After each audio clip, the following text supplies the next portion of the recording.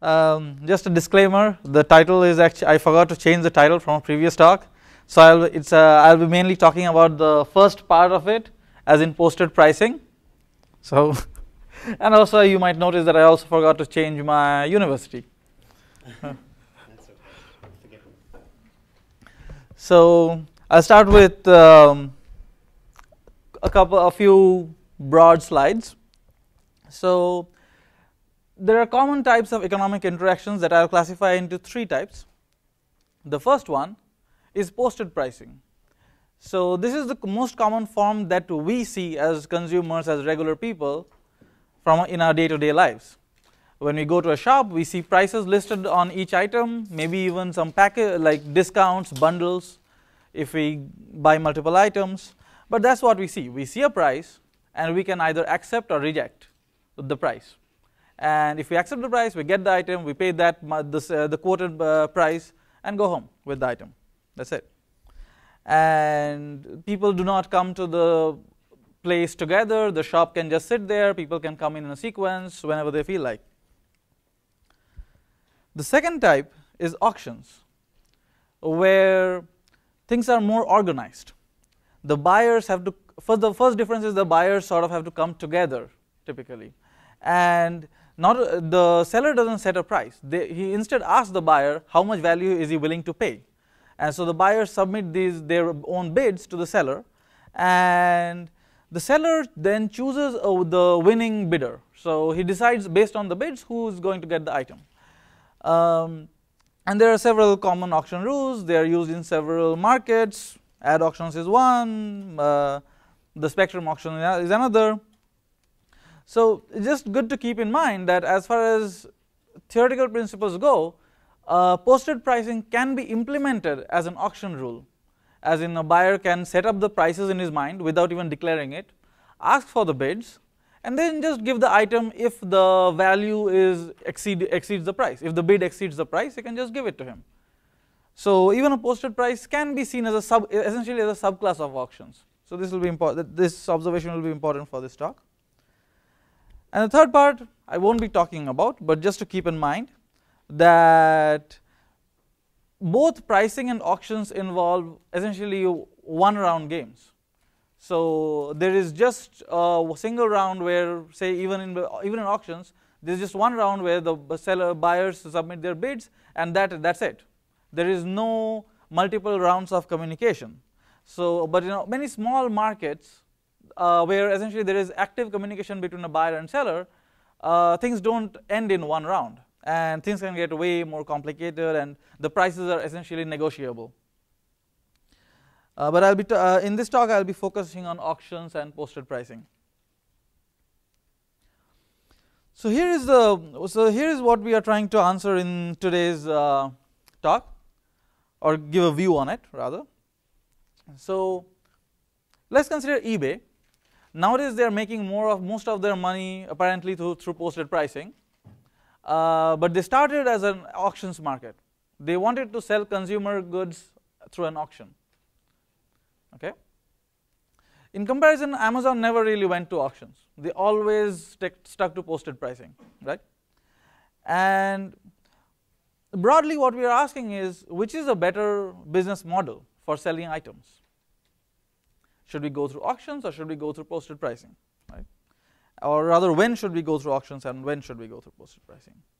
So let's look at let's argue some of the benefits and of auctions and posted pricing.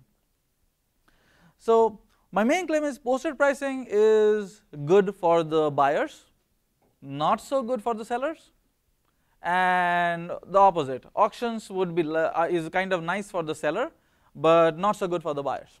So what are the reasons for this?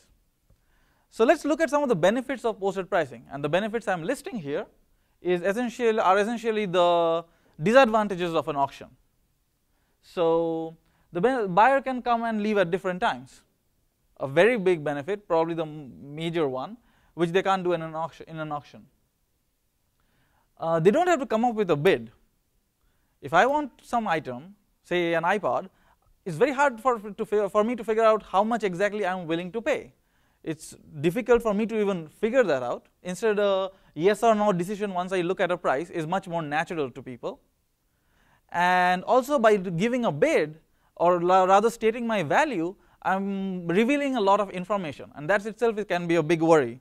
That I'm telling the buyer that, well, I was willing to pay so much, so maybe the buyer, so I'm telling the seller that I could be charged higher in the future, essentially. So the yes or no answer is kind of simpler and reveals less information. Then there is more price stability. When I go into the market, I would kind of, based on the declared prices, I know that if I get the item, the shop may run out of items. That's one possibility. But if I get the item, I know exactly how much I'm going to pay. In an auction, it depends on what other people bid, and that makes just life complicated. I don't know. There is a lot more sort of risk associated with it, and there's a lot of uncertainty associated with it, I would say. And all this makes this auction, the posted pricing, kind of simpler to implement than auctions. Yeah. So just on these first couple of points here, are you imagining a sealed bid auction, like a one-time sealed bid auction? Because buyers coming and leaving, I mean, eBay arguably lets the buyer arrive and leave, and buyers not coming up with a bid. So if it's like an open auction with price feedback, then again you could say that the buyer doesn't need to provide a bid, the buyer just needs to respond to the current price. Yes, I agree. There are definitely auctions, certain auctions, where the buyer would not need to reveal the his exact value. But what I'm saying, even posted price in that sense is a particular style of auctions, right? But what I'm saying is auctions in general, the buyer may have to reveal the bid. In the optimal auction, as I'll argue, the buyer does have to reveal his bid. And on the eBay letting people leave, the coming and leaving is also, what I didn't say was, you can leave with the item. So you come, if you want to pay the price, you pay and immediately go home. It doesn't get shipped to you in 7 days. Right. That's like, I don't want that to happen for my milk, for instance. So there again, I mean, if you wanted to, you could design a kind of auction-based market process where people would express their patience, and they would say, "You've got to give it me now." Yes. All right. So you could do things like that. Yes, I agree. And I understand the picture you're painting, but it's a little nuanced in terms of. yes, totally. And as I said, posted pricing itself is a restricted class of auctions as it is.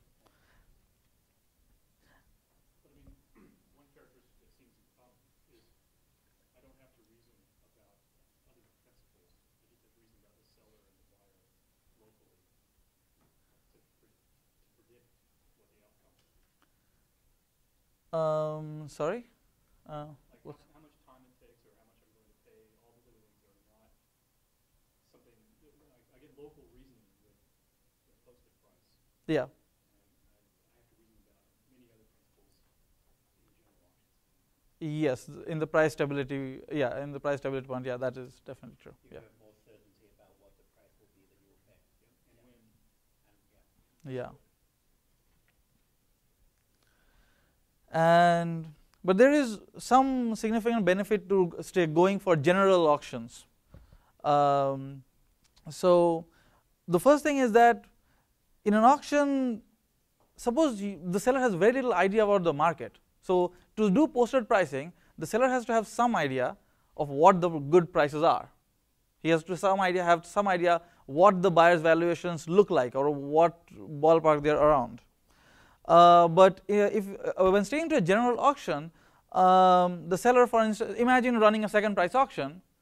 If the seller is kind of guaranteed to get something, even if he doesn't set any reserve price or anything, the seller can often get some money out of it. But there is no such simple thing to do for price while he's doing posted price. He has to have some idea about market demand. That's one. And the other one that is related is that even if the seller has some idea about buyer distributions, buyers' demands, the market demand, he cannot use active, like live competition. So he has to just set these prices. In case there are multiple people who come up with very high values for the item, the seller cannot exploit it in a pricing setting. So this suggests that there should be auctions which will do better than posted pricing. right, in terms of revenue. So summary is that there should be complex auctions. There are theoretical proven complex auctions that will guarantee or higher revenue than posted pricing, but there is an inherent complexity in running complex auctions compared to posted pricing, and buyers may not like it and may move away. We do not model competition, but like a competitive seller, but for example, if one could think if there was a seller who was offering a posted price mechanism, the buyer might just go to that. eBay probably faced quite a bit of that and could never get out of it. So what we're asking is that, is this risk of alienating buyers or running a complex auction that's not really preferred justified by the possible benefit in revenue? So in this talk, we want to quantify how much is the additional revenue. So if we were to run the optimal auction versus the optimal posted pricing, how much can this difference be? Optimal auction should be more than the optimal posted pricing. It should be, because posted pricing is a special class of auctions. But how much can the gain be by going for a complex auction? So now I'll get into the theoretical definitions. So one of the definitions that we'll need is incentive compatibility. So it means that it's in the buyer's best interest to report their bids truthfully, to report their value truthfully. The buyer need not strategize. So it's a nice class of auctions that kind of it doesn't give price stability, but what it says is that regardless of what your value is, you're better off telling the truth. That's your best strategy. And regardless of whatever everybody else does. So this is a game theoretically robust solution. We can understand what happens there, and we can convince buyers not to act crazy or not to strategize. Posted pricing mechanisms are dominant strategy truthful. So they satisfy this criterion. And now this is the exact model that we will be talking about. So we consider a multi-unit auction where there's one seller, as I said, and the seller's inventory consists of k identical copies of a single item, okay, where k is some number, 10, 20, something like that. But he has only we assume this homogeneity, as in all items are the same, okay.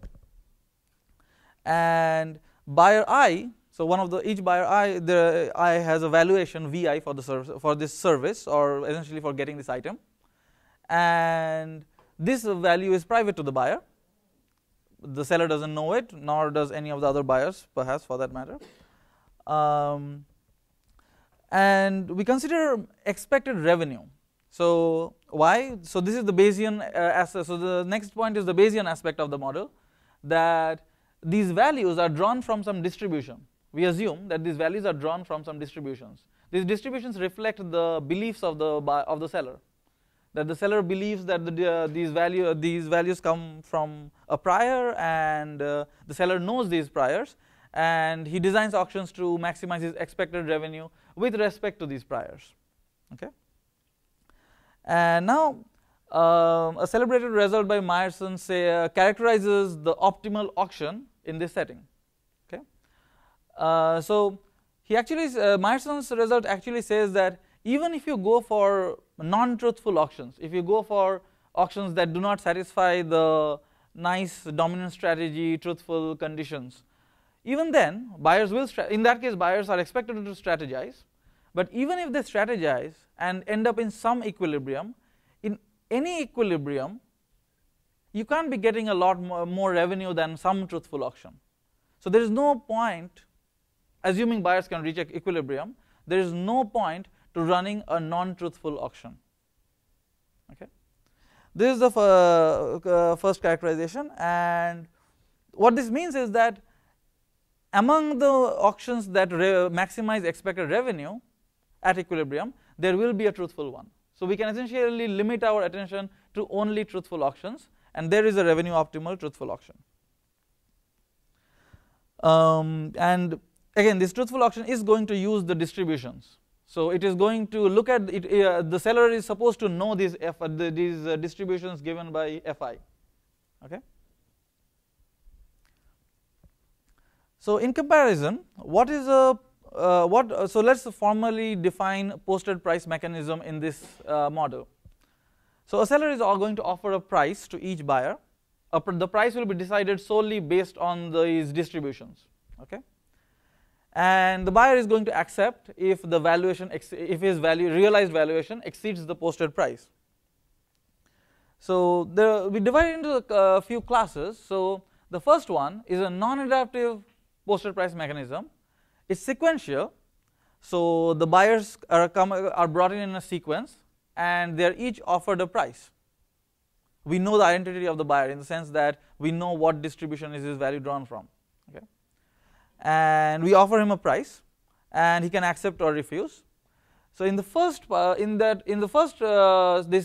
SPM, non-adaptive sequential pricing mechanism, we assume that the seller can not only choose the prices, but can even choose the order in which the buyers arrive.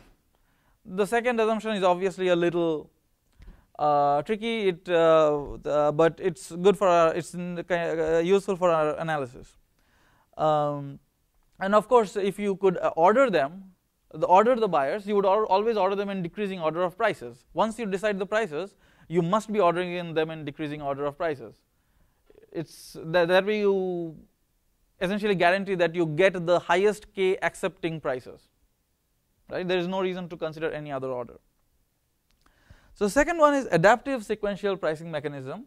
We won't talk much about it, but it essentially means that the seller can adapt the price according to past events. If I sold the first item to the first buyer, I'll give a different price to the second buyer if compared to if I couldn't sell it. So intuitively, if I end up selling items fast, I would increase the later prices. I could do things like that. That will be an adaptive sequential pricing. And the one we are kind of most interested in is order oblivious pricing. So order oblivious sequential pricing. So where the prices will be set, not adaptive. More importantly, the buyers can arrive in any order. We give a guarantee on revenue, assuming that the buyers are arriving in a worst case order, okay, in an adversarial order or an arbitrary order. And if the buyer distributions, those CDFs FIs, were identical, okay, if the buyers were IID, in other words, then the first one, that non-adaptive sequential pricing mechanism, SPM, is the same as OPM. Why? Because if they are IID, why would I change the order? All buyers, until I have seen them, are essentially the same. There is no reason to change the order, right? So this is why SPM is analyzing SPM remains important, because essentially with IID buyers, it is an OPM. Right? And our main goal here is to design OPM that is almost as good as optimal auction. Yeah? You could also think, if I understand correctly, you could also think of a fourth version in which it's order oblivious but adaptive. But price adaptive, right? So yes. So and then it will not be equivalent. yes, there are some in the so there are definitely two classes in the middle. One which is, say, only price adaptive or only order adaptive. Order adaptive doesn't make that much sense, but yeah, price adaptive would be what you're talking about. And yeah, it will sit somewhere in the middle.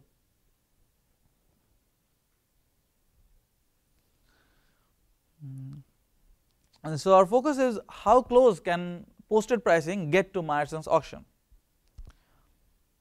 So for these classes of multi-unit auctions, previous results essentially say that the sequential pricing mechanism and as well as an order oblivious sequential pricing mechanism, they can give constant factor approximations where the constant factors look like 0.63.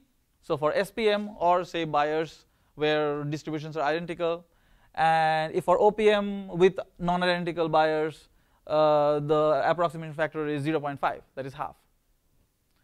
And the comparison is to Myerson's auction's expected revenue. Okay, so Myerson's auction is the optimal auction, and we could get do an order oblivious posted pricing which guarantees you half the revenue of Myerson's auction. Okay? And they also provide lower bounds. In fact, they give a lower bound of 0.5 of half for this order oblivious posted price mechanism. So, well, an upper it can do up to a factor of half, and you cannot do. They show that you cannot give a guarantee of better than half. So the problem would seem closed, right? The bounds are tight. But here is the caveat: the lower bound happens only when k is equal to 1. K is the number of items. The lower bound instance in this preceding paper happens when there is only one item. So our observation is that the bound is not going to hold, this lower bound is not going to hold when there are many items. Okay. So the gap actually in fact vanishes as a function of k. So this is the gap that we prove. Essentially it looks like 1 minus 1 over square root k, okay, with a constant in front of it. The exact factor that we prove is actually the first one, and the second one is just Stirling's approximation. So this first result has been proved independently in another paper by Chi-Chi Yan, and our algorithm. So not only do we show that there is an SPM which is very good, we can also compute it. So that's always good to know. It's computed by using a linear program, and I'll describe the algorithm. And we can also show that the gap vanishes for OPM as well at a slightly slower rate. So there is a log k that will come in, but again it's still a vanishing factor of k, right? As in, as k tends to infinity, this ratio goes to 1.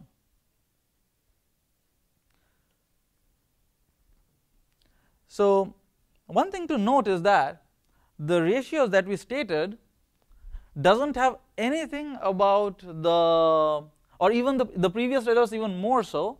They do not make the factors do not have anything about the Bayer distributions in those factors, right? It does not have n in it, for instance. It does not depend on the number of buyers.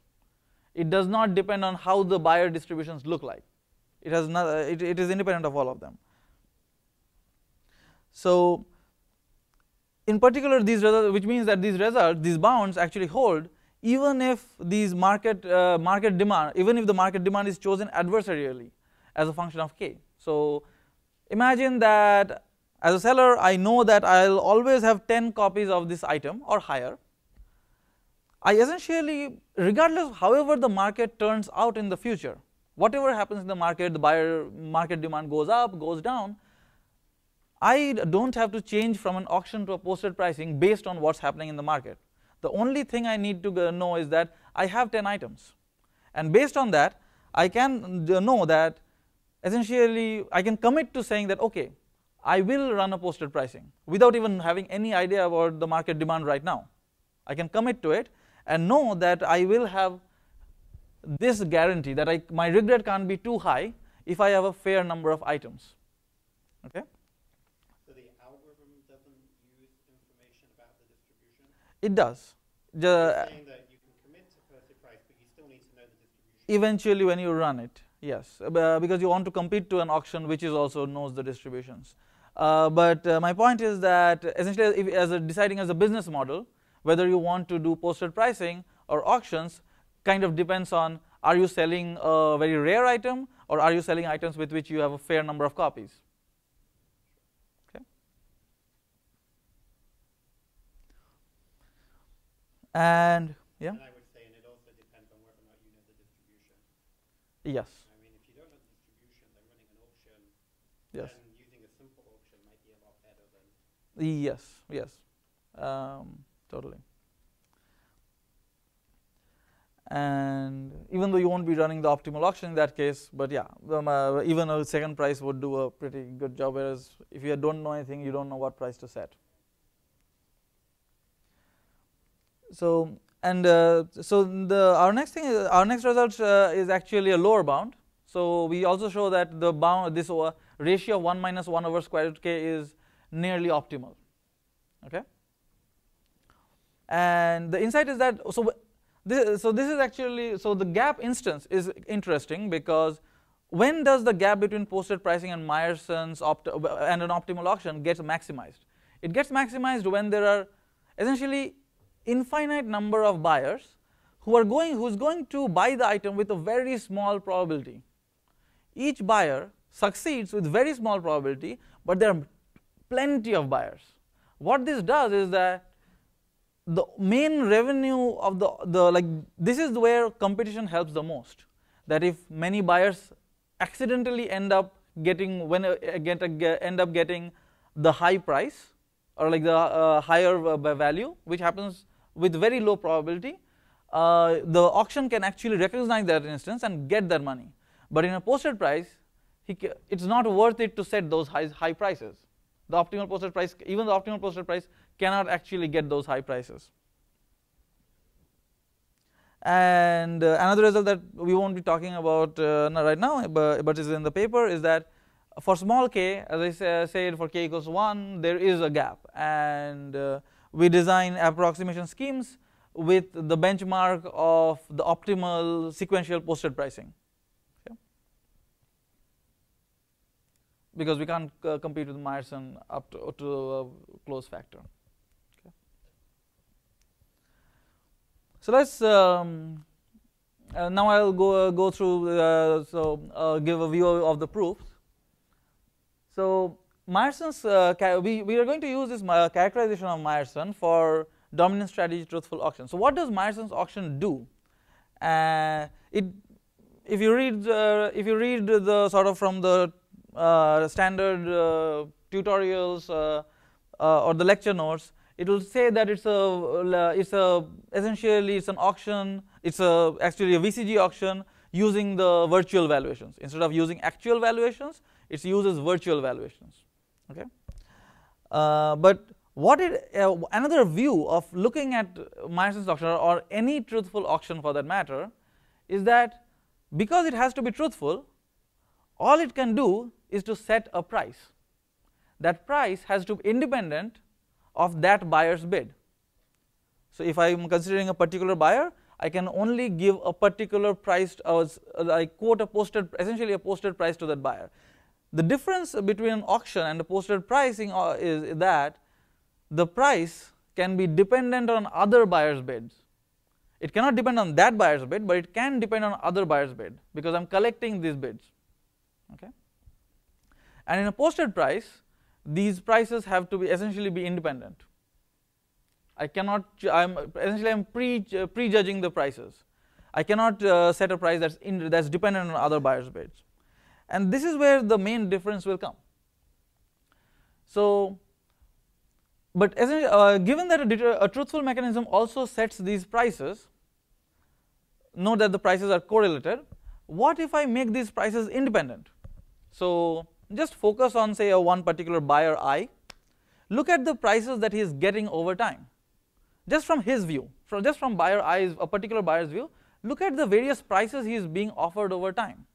These prices are functions of other buyers' bids, mind you. So he's going to get different prices in many different realizations. Okay, so he's essentially, but from his point of view, he's getting some random price, and he beyond getting the random price, he just judges whether his value is greater than his random price. Okay. So now, if I say, let's say, simulate Myerson. Okay. Look at the random prices that this buyer I is getting. He's getting a set of prices. I look at the distribution of prices he is getting. I make it independent. I introduce independence. I offer this same price distribution, identical price distribution, just independently to buyer I and to buyer J. To every buyer, I just give them the same price distribution as they were getting in Myerson's auction, except that now they're independent. So what can go wrong now? So now this has become a sequential posted. I could run this independent pricing as a sequential posted pricing, right? I simulated Myerson, figured out those distributions, and now I could just offer these distributions, like price distributions, independently. What goes wrong? So the main thing that goes wrong is the inventory constraint. There will be because I made these prices independent, there will be realizations where more than k buyers accept their offered price. And in that case, I can't be actually getting like if I just implemented it, I will run out of items. I won't be getting the tail of that revenue in that realization, right? So, but if there were no inventory constraint at this point, then the revenue of this independent projection of any of this Myerson's auction, so will essentially have the same revenue if there was no inventory constraint.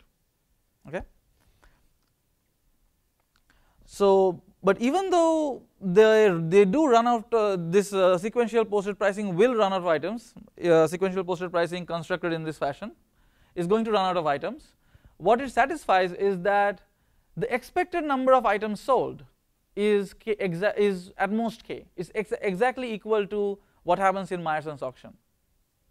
Okay, because the probability of selling to a buyer is going to remain the same. Independence doesn't harm that property. So we are essentially now in a sequential posted pricing mechanism, which is as good as Myerson if it was allowed to sell key items in expectation, not a hard constraint but a soft constraint. So essentially, in other words, if your inventory was in expectation, you wouldn't never run an auction. You would never need to run Myerson's auction. A posted pricing can actually do as well.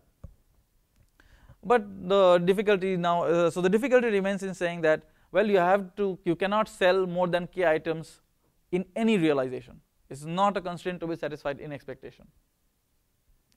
And the revenue, given that I need so now what we'll do is we'll design the optimal posted pricing that sells k items in expectation.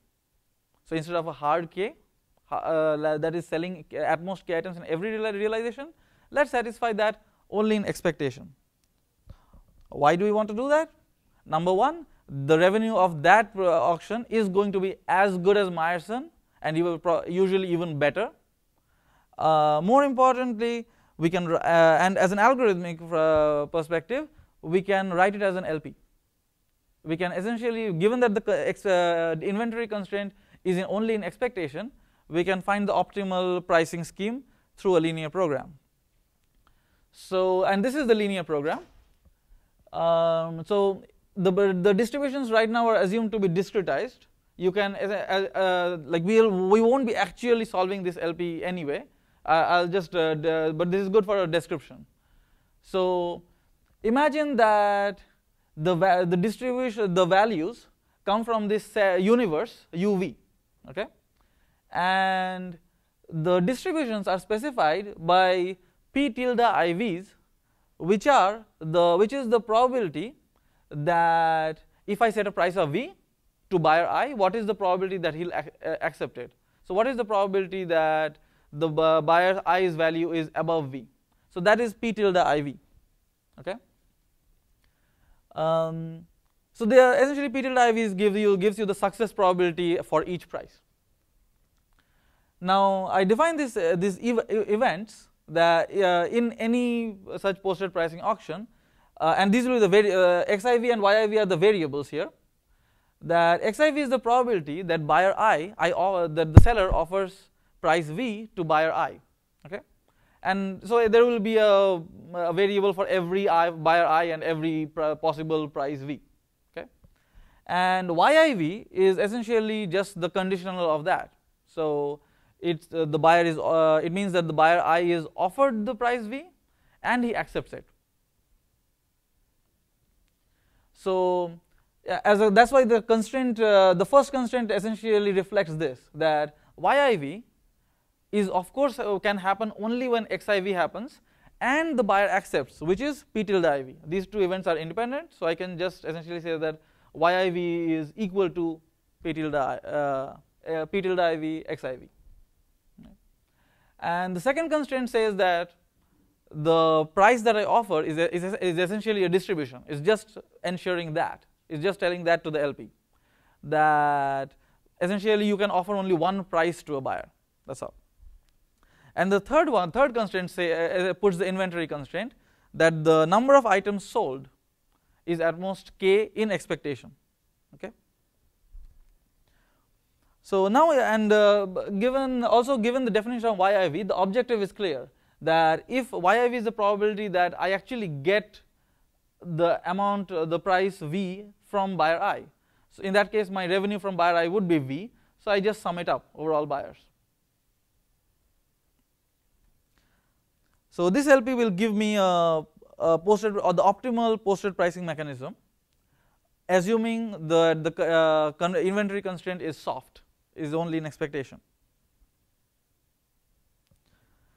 So the algorithm is to, let's say, the first algorithm is to say solve this LP with perturbed distributions. What do I mean by perturbed? Perturbed means that let's just tweak the P tilde IVs little bit, arbitrarily small, even doesn't even have to be random per se. But what will happen due to this is your LP solution will have a unique optimal vertex. So what does this mean? That your solution, the computed by the LP, will be integral, which means that the solution that is found is deterministic. It chooses exactly one price for each buyer. Each of those XIVs will either be exactly 1 or 0. There won't be any fractional values. So it gives me that's a good thing, that the posted price computed by this system is actually deterministic. Okay. And the perturbation is done essentially just to ensure arbitrary type breaking.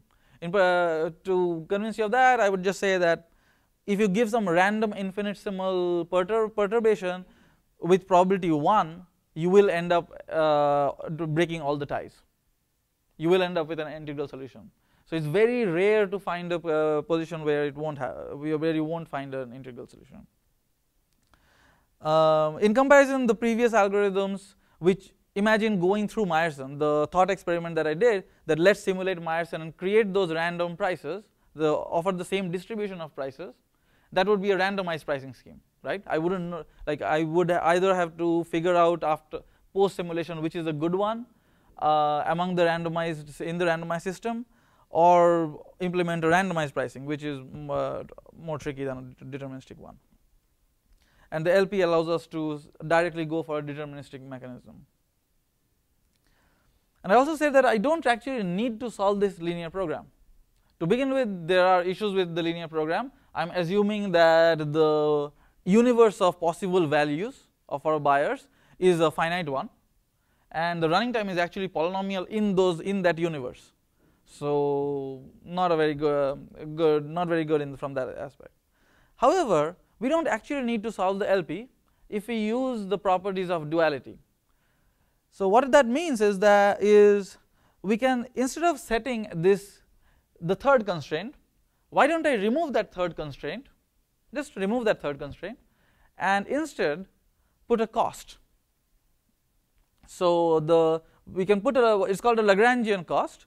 The Lagrangian cost per item. So there exists some, what LP duality says is, there exists some cost per item that I can set and put it in the objective. Essentially it will become that is the revenue that I get. There will be a minus the cost, and now I can maximize the net, essentially the net profit. What LP duality says is that there exists a choice of this cost, so that my optimal solution in that setting will be right around the border of selling key items, and will give me an optimal solution for this LP. So I just need to figure out the optimal cost, and once I figure out the optimal cost, there is nothing tying up the buyers. There is no constraint that is tying up the buyers, individual buyers. I can just look at each buyer, think of having a cost for that item, and just optimize with respect to each buyer. Right? It's almost assuming that I can, essentially assuming that I can create infinite number of items. I can produce items as I feel like. They just have a cost. Right? The LP also tells us that there is a good way to find this, and how to find this virtual production cost that will satisfy the inventory constraint. The easiest way is a binary search. So we can essentially tweak the value up and down. Whenever we increase that cost, the number of items sold will go down, and if we decrease the price, it will end up selling more items. So we just want to tweak the cost until when we are selling sort of just about k items. Yeah. But how did that fix the problem with the universe V? You have a discrete universe. Yes. So what it does now is it sets the problem into a one-dimensional optimization. So one doesn't. So there can be other tools that can be thrown at it, and it just doesn't rely on the linear program. Yes, I can throw all kinds of tools for one-dimensional optimization. It still can't work for arbitrary distributions, but any distribution on which we can do a one-dimensional optimization. That's it.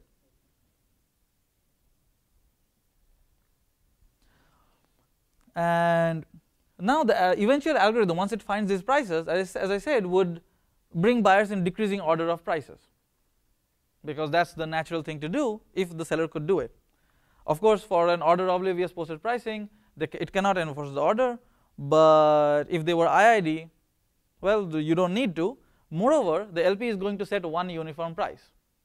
That's another good property to have, that if the buyer distributions are IID, the pricing we are suggesting actually sets one price to every buyer. Note that this uniform pricing is not going to be the optimal pricing, but it is going to be close to optimal pricing.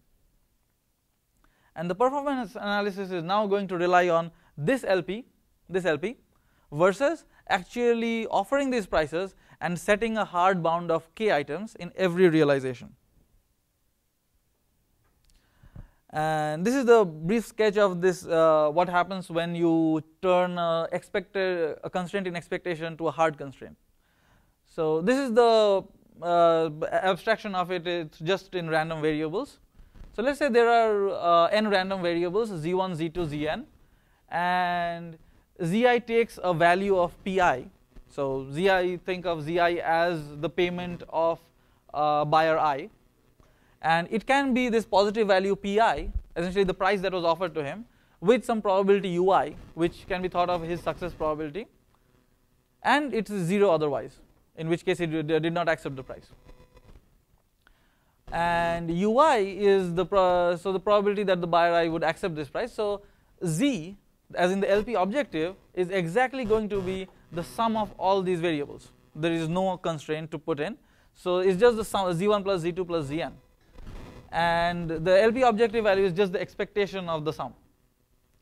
On the other hand, to analyze what happens in a sequential pricing, we have to consider the hard constraint. So what does it mean?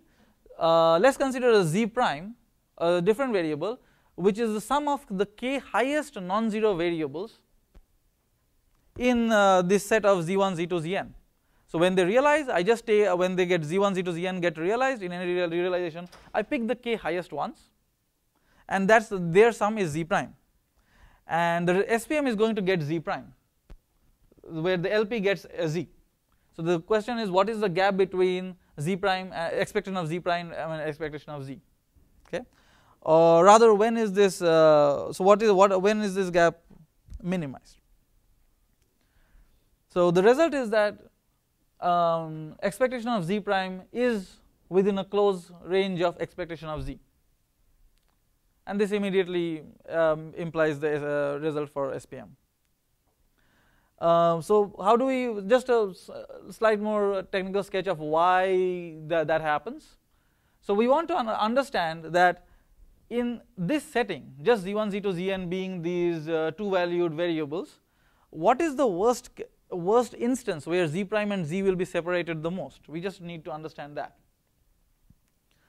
So what we say is that let's start with any set of variables z1, z2, zn. I will make transformations that only increases this gap, because I am trying to go for the instance where the gap is maximum. I'll start with any instance and just make changes, prove that any such change will increase this gap. So what are the changes? The first thing is that I can make I can start with any setting, any instance, and I can actually make all these prices equal. All these positive the prices that I'm offering, these PIs, I can make them equal. How? Consider them in decreasing order. If there are two prices that are not equal, I can essentially change both of them to make them equal, and argue that can only increase this gap. So essentially it gives me a worse instance by making the values equal. And I can repeatedly do this till all these values are equal and I have got a worse instance, right? This is the first step. The second step is that I can do another, I can subdivide each of those variables. So if there is a variable which say succeeds with probability half, gives you value say 1 with probability half, otherwise 0, I can divide it into two variables, each succeeding with probability 1/4 each. The expectation would remain same. I just separated the variable, I just split the variable into two. This is also a bad move for the ratio. Okay. So because I can make these two, I can apply these two steps to ensure that what this says is I can keep doing this. What will I be left with? First I make all the prices equal, all these positive values, these pi's equal. So let's say they are all 1 now. And moreover, I can keep splitting these variables. What it does, it gives me these infinitesimal Bernoullis. So there are 0, 1 variables whose probability of being 1 is epsilon going to 0. The smaller epsilon is, the bigger my gap is. Okay. And once this happens, so this is essentially the worst case, n buyers, and each with a success probability of k by n. K is just the number of items. This just ensures that the expected number of items sold is k. And n tends to infinity. That's the key point. So now, in this specific instance, so this is the worst instance, and we can actually analyze this instance. How? By essentially there is a clean characterization of what does the sum of infinitesimal Bernoullis look like. As n tends to infinity, what does this sum look like? What does the distribution look like? It exactly looks like a Poisson with the same expectation. And now that I know that all I'm doing is just this, my expectation of z prime, my z prime is between p of k, min of p of k. P of k means the Poisson with expectation k, Poisson with rate k, and k. This is a hard constraint of k, the min of those two divided by k, which is the expectation of z in this setting. And this is the worst, this is the largest gap, and this term is exactly what's written on top. Okay.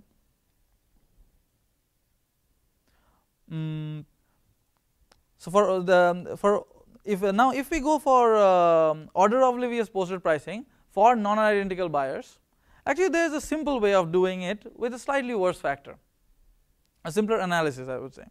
So instead of solving the LP with the inventory constraint of k, just solve it with a slightly less, pretend that you have slightly fewer items. How few? Essentially a factor of log k over square root of log k over k. You sell slightly fewer items. What that does is you can apply Chernoff bounds to say is if you're selling slightly less items, slightly as in by that much, you never are going to run out of items. The probability of running out of items is very little. And if you are selling if you are never running out of items, your z prime and z are essentially the same, because essentially you lost revenue only because in some realizations you exceeded the number of your inventory. And in that case, if you are not running out of items, you don't care which order they come in, because you are essentially able to cater to everybody. Right? But on the other hand, you reduce the number of, you started by reducing the number of, you pretended that you had fewer items and solved the LP. So that you will immediately lose the revenue you could have got from that. So that brings in the factor of 1 minus log k over k, 1 minus square root of log k over k. And we, by the way, so this is this last analysis is needed only if there are non-identical buyers, okay, and it won't be necessary if the buyers have identical distributions. In that case, the first analysis itself works with a slightly better factor. And we also give so all we did was, so this was an upper bound, right? We said that the posted pricing can get up to 1 minus 1 over square root k of the optimal auction. Why can't it get 1 minus 1 over k? It could get even better, right? It could get even closer and closer to optimal auction. There may be some way of getting of doing that. So, as in the LP may not be the best approach, right? But we show that this is not possible. And this is the instance. So, the previous instance of n Bernoulli buyers, essentially n 0,1 valued buyers, each with a probability of success of k over n, that creates a gap between between the LP objective and the pricing, right? But it doesn't create a gap between the pricing and Myerson. Why? Because in that setting, the optimal auction is to just set a price of 1 and just sit out. Even Myerson, even running an auction, you can't do anything better than that, because the valuation is just 0 and 1. So slightly different buyer distribution is needed. So this instance is again IID. Each buyer has the following distribution, that it takes the value of 1 with probability slightly less than k over n, slightly less, by k minus square root k. And but they also take the value of 0.5, half, a positive, pretty good value, but like but significantly smaller than 1, with a slightly higher probability, say 3 times the k minus square root k over n. What it does is, if you are selling without, and otherwise it's 0. So what it does is, it essentially says that if I had no constraint, no inventory constraint, I would rather sell at price 0.5. Why would I do that? Individually, each buyer is going to give me more higher expected revenue, right? If you are selling to just one buyer, you would be selling at 0.5. But if you have a constraint of k items, you are going to run out of items very fast, right? When you have essentially reached 1/4 of the buyers, you haven't even talked to the rest. So you wouldn't want to do that. So an SPM would end up, essentially one can prove that the optimal SPM has to ask the price of 1 to most buyers. Essentially only with something like 1 over square root k fraction of the buyers, the last 1 over square root k fraction of the buyers, it can afford to ask 0.5. Everywhere else it has to ask a price of 1. But if it asks a price of 1, it gets a 0 if he is not 1, right? And he cannot adapt to the situation when most of the buyers have ended up having value 0.5 or 0. He cannot adapt when there are just too few buyers at 1. He could not go and get 0.5, whereas the auction can actually do that. The auction can sort of get 0.5 from pretty much everybody. And that creates the gap. And that is literally coming from the fact that you can do, an auction can do competition in real time. It can actually enable competition based on in every realization.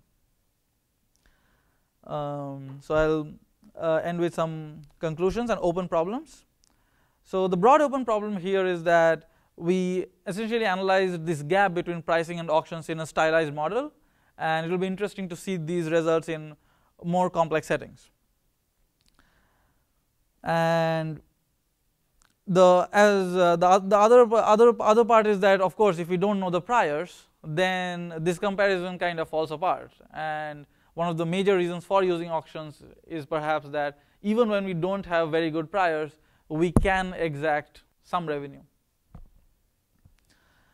One can try doing an empirical study on this matter, considering eBay auctions to Amazon prices, for instance. And another interesting question, theoretical question, would be, essentially a twist on this one is, we considered a monopolistic seller and just compared his strategies. But what if there was a seller, consider the past eBay and say Amazon. So one seller commits to running an auction, one seller commits to running a posted price, and they're both participating in the same market. Who's going to win? Who's going to get more revenue in equilibrium? One has said that I will run a posted price, so he chooses only from the class of posted pricing strategies. The other one chooses need not even be from a general set of auctions, maybe second price with reserve, something like that. And now the question is, who is better off at equilibrium? Right. Yeah, and that concludes my talk.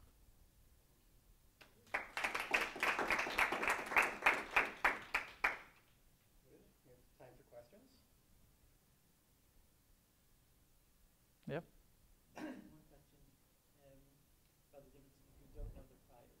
Mm-hmm. It also seems like maybe if K is large, you can learn more. Like you can use some of these posted price and transactions to learn about the buyers. Yes, yes, but so there are some. There is actually a paper after this arguing that for general distributions, it's pretty much not going to cut it. But for some concentrated distributions, one can get sort of constant factor, again, constant factor approximation, not as good as like tending to 1, but like for essentially Gaussian kind of distributions, they can get constant factors. Very good question about the dependence on K. Mm-hmm. How dependent on K are your algorithms, and is anything known about what we can do if we don't want that dependence on K? If we don't. Sorry, not K, on the number of buyers. Do you know how many buyers there are in your? So the pricing scheme does depend on the number of buyers, but if you were considering IID settings, at least, the pricing scheme eventually does a very simple thing. It sells with probability k over n to each buyer. That's all that's the point he is trying to find. Okay. And if there is an estimate on n, if the distribution is nicely behaved, k over n versus k over n plus square root n or something is hopefully not very far apart. I guess a more broad question is, are people trying to develop models to more easily capture this kind of notion of cognitive cost that is essentially motivating your work, but it's not an explicit part of your model? It seems like if you're going to make some progress on your question about what happens if one seller uses Myerson and one seller uses posted price, you're going to need some way to begin to model this. So there is work on competitive sellers and employing a class of strategies. The way the explicit theoretical model is used in most of this work is the two sellers. Say let's just say there are two sellers. They each announce an auction rule simultaneously as a mixed equilibrium, and then the buyers all see these values, these two auction rules, and then decide which auction to participate in. And they also take a Bayesian decision, sort of Bayesian of what the other values are and what other people might do, and they choose the auction to go to, and then the auction is run. And it will be interesting to see what happens when the two sellers are essentially restricted to two different classes of strategies. So typically those studies said both sellers are running second price with reserve, and what happens to the reserve as the number of seller increases, for instance. That's the standard question there. What happens in equilibrium to the reserve? But presumably the current models don't get to this preference that a buyer might have for the type of auction. These models probably just get to the utility that buyers would have based on their type versus other people's types, and maybe the market segments. Yeah. The high value people go one way and the low value yeah. the other way. But it seems like how to incorporate the push a different kind of comparison, but it's not explicit in the model right now. Yes. My feeling is that if buyers are still going to be very risk neutral, completely risk neutral, even in that competition, it's possible. This is like wild conjecture. I have no way how to. I have not figured anything out of this. But my conjecture is that if the buyers are risk neutral, the auctioneer, the guy running the second price auction, is still going to beat the guy with the posted price auction. Maybe with higher items, it will be by a smaller margin at best. Maybe with a similar margin, possibly. But if you introduce, so the way buyer uncertainty, this price uncertainty can play a big role is if you now consider the buyers to be risk averse. If you put in a risk averse, as in buyers maximizing some sort of concave utility function, my feeling is that at that point posted pricing might actually become more preferable to more buyers, and that can cause an effect, but this is speculative.